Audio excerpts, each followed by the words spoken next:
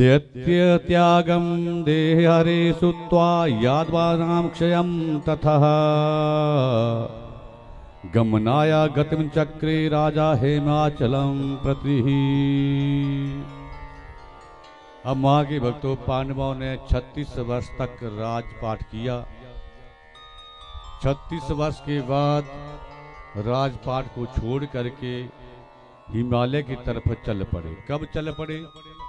जब उन्हें पता चला कि भगवान इस धराधाम से निकल चुके हैं, इस धराधाम में विश्राम कर दिया है और इधर पांडवों का संहार हो गया है, तो आज उन्होंने अपने हाथों से परीक्षित को राजगद्दी के ऊपर बिठाया और अपने आप हिमालय पर्वत की तरफ चल पड़े। अब किस किस को स्वर्ग जाना है? सब चाहते हैं स्वर्ग जाना। जो स्वर्ग जाना चाहते हैं जरा बताएं ऐसे। जो बैकुंठ जाना चाहता है वो बताएं। जो मणिद्वीप जाना चाहता है वो बताएं। यहीं रहना चाहते हैं सब? तो बता दो ना फिर। जो स्वर्ग जाना चाहता है, मैं बताऊंगा कौन कौन जा पाते हैं। फिर जो जाना चाहता है बताओ ऐसे। तो यहीं रहना है फिर आपने है? तब तो ठीक है। फिर कैलाश पर्वत जाने वाला, मणिद्वीप जाने वाला, बैकुंठ धाम जाने वाला, सबकी लग लग राय है। बोली बांके बिहारी लाल की। तो जो स्वर्ग जाना चाहता है, बैकुंठ धाम जाना चाहता है, देवी धाम जाना चाहता है, अब कथा को सुन लो और सुनने के बाद मुझे पीछे से बताना, ठीक है? कथा को ध्यान से सुनना। महाराज अब पांचों पांडव हिमालय की तरफ चले। जैसे ही हिमालय यात्रा को उन्होंने शुरू कर दिया, परीक्षित गद्दी के ऊपर बैठ गए, तो सबसे पहले उस यात्रा में हिमालय पर्वत में अर्जुन गिरने लगा। अर्जुन डगमगाने लगा।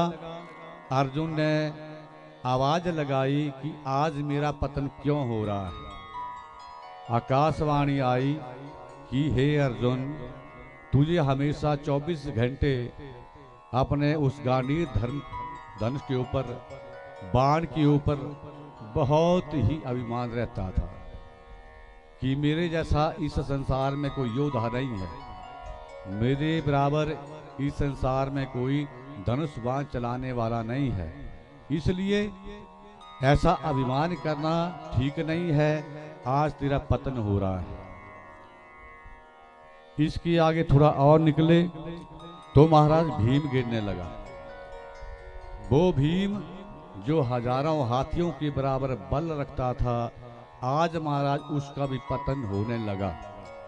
वो भीम भी गिरने लगा। फिर महाराज भीम ने पूछा कि आज मेरा पतन क्यों होने जा रहा है।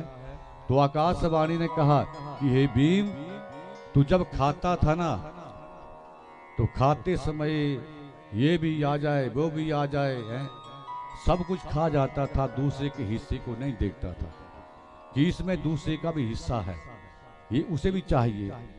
जैसे 5 अमरूद हमारे सामने आ जाए और 5 ही खाने वाले बैठे हैं, तो धर्मशास्त्र कहता है कि एक एक अमरूद सबको चाहिए। चाहिए कि नहीं? हाँ जी ना जी।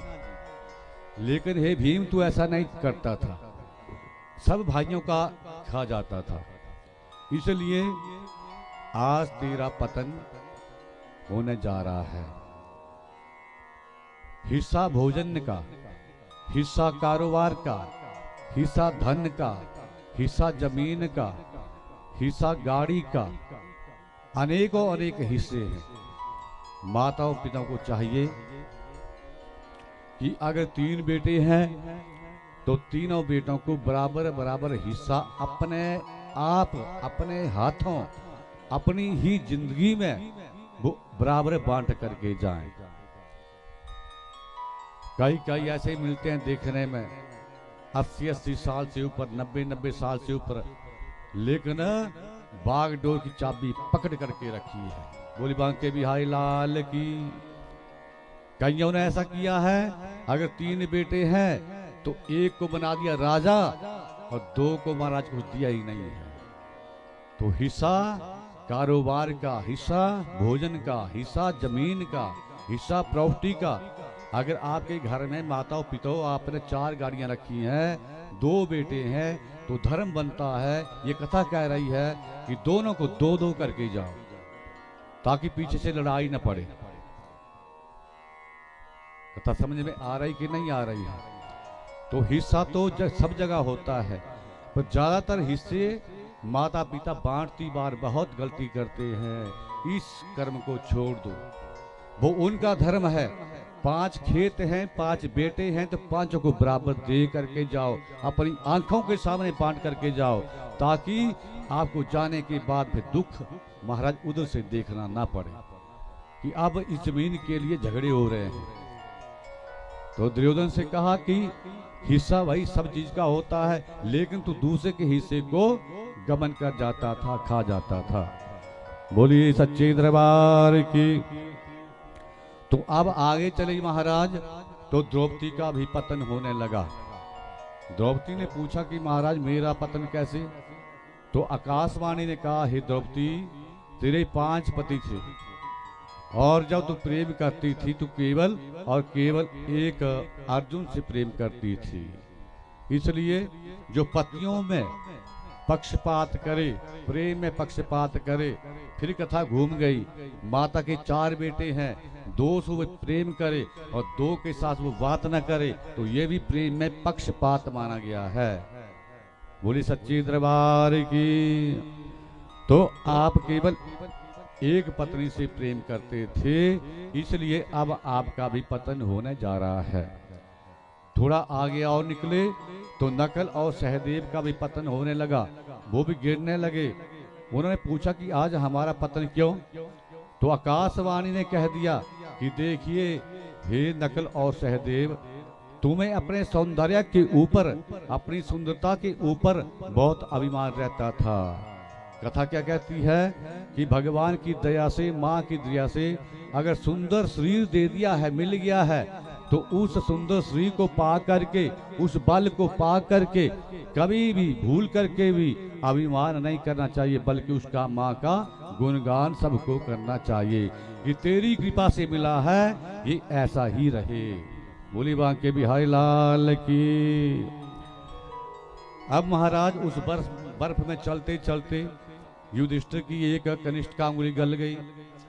अब जैसे धीरे धीरे धीरे धीरे वो स्वर्ग में पहुंचे जा करके, तो स्वर्ग के दरवाजे के ऊपर जैसे ही पहुंचे तो अपने भाई नजर नहीं आए। जैसे ही भाई नजर नहीं आए, द्वारपालों को पूछा, पहरेदारों को पूछा, मेरे भाई कहाँ है? तो सब ने कह दिया कि आपके भाई इस समय नरक में है। अब युधिष्ठिर वहां से महाराज भागा और नरक के दरवाजे के ऊपर आकर के खड़ा हो गया। नरक के दरवाजे के ऊपर आने के बाद पहरेदारों को पूछा, द्वारपालों को पूछा कि मेरे भाई कहाँ है, वो द्रौपदी कहाँ है? तो सब ने कह दिया कि महाराज वो अभी अभी आप आए और वो स्वर्ग को चले गए। तो महाराज ये कथा आज कह रही है कि अगर आपने जीवन में हिस्से को देने में पक्षपात किया है, बल में आपने अभिमान किया है, सौंदर्य में आपने अभिमान किया है, और जीवन में चुगली निंदा की है और किसी की बुराई की है और झूठ बोला है, तो फिर आप स्वर्ग तो क्या है सोच भी नहीं सकते हैं। और ये जो बाकी लोग है ना, शिव लोक, बैकुंठ लोक, मणिद्वीप, तो इससे भी बड़े नियम हैं। बोले बांके बिहारी लाल की। तो युधिष्ठिर क्यों गिरा? क्योंकि युधिष्ठिर ने एक बार आधा झूठ बोला था, केवल आधा झूठ पूरे जीवन में। बाकी युधिष्ठिर झूठ कभी बोलता ही नहीं था, क्योंकि धर्म का अंश अवतार थे। तो वो झूठ भी महाराज भगवान ने बुलवाया था जबरदस्ती युद्ध के मैदान में, महाभारत के मैदान में, कि अश्वत्थामा हता। उधर से आवाज आई नर व कुंजरा। अश्वत्थामा मारा गया तो पूछा गया महाराज हाथी या मनुष्य, क्योंकि अश्वत्थामा एक हाथी का नाम भी था। इतना सा झूठ बोला था और भगवान कृष्ण ने शंख बजा दिया था और युद्ध को समाप्त करवा दिया था। तो इतना सा झूठ बोलने के कारण भले ही आज युधिष्ठिर को नर का दरवाजा देखना पड़ा, अंदर नहीं गए, लेकिन जाना तो पड़ा भाई, है बहाना बन गया अपने भाइयों का, दर्शन तो दरवाजे का हो ही गया। तो इस कथा को सुन करके बचो, झूठ बोलने से बचो। मजबूरी में बोला गया झूठ, कथा आएगी आगे, वो झूठ नहीं होता है, लेकिन जानबूझ करके झूठ बोलेंगे ना तो फिर वो झूठ माना जाएगा। और इस कथा को सुन लेने के बाद महाराज स्वर्ग जाने का अधिकार हम में से तो कोई भी रखता ही नहीं। बोली बांके बिहारी लाल की। और जब कोई संसार को छोड़ करके जाता है, चाहे वो कितना भी गंदा काम करके जाए, चाहे किसी का कितना भी धन लूट करके जाए, चाहे किसी को पीड़ा दे करके जाए, चाहे किसी को कष्ट दे करके जाए, जाने के बाद सब यही कहते हैं वो स्वर्गवासी बोलो हो गया। कहते कि नहीं कहते हैं? हाँ जी ना जी, सब यही कहते हैं ना। चाहे पूरी उम्र उसने किसी के घर की चोरी चुरा करके उस घर को खाली कर दिया हो, लेकिन जाते समय वो स्वर्गवास हो गया। ये सोच अच्छी है या गलत है? कथा से ही दे रहा हूं, वहां से नहीं कह रहा हूं। बोली बांके बिहारी लाल की। क्योंकि महाराज पांडवों की कथा को आपने सुना कि झूठ बोलने से भी नरक का दरवाजा मिला, तो महाराज कमाई के अनुसार स्वर्ग मिलता है, कमाई के अनुसार बैकुंठ धाम मिलता है, कमाई के अनुसार मणिद्वीप मिलता है, कमाई के अनुसार शिव धाम और ब्रह्मलोक मिलता है। कमाई अच्छी कीजिए, कथा को सुन करके अपने जीवन को बदल लो, जितना बदल सकते हैं। फिर हो सकता है, बड़ी बात नहीं है कि आपको स्वर्ग मिल जाए, आपको मणिद्वीप धाम मिल जाए, आपको शिव धाम मिल जाए, आपको बैकुंठ धाम की भी प्राप्ति हो जाए। अब महाराज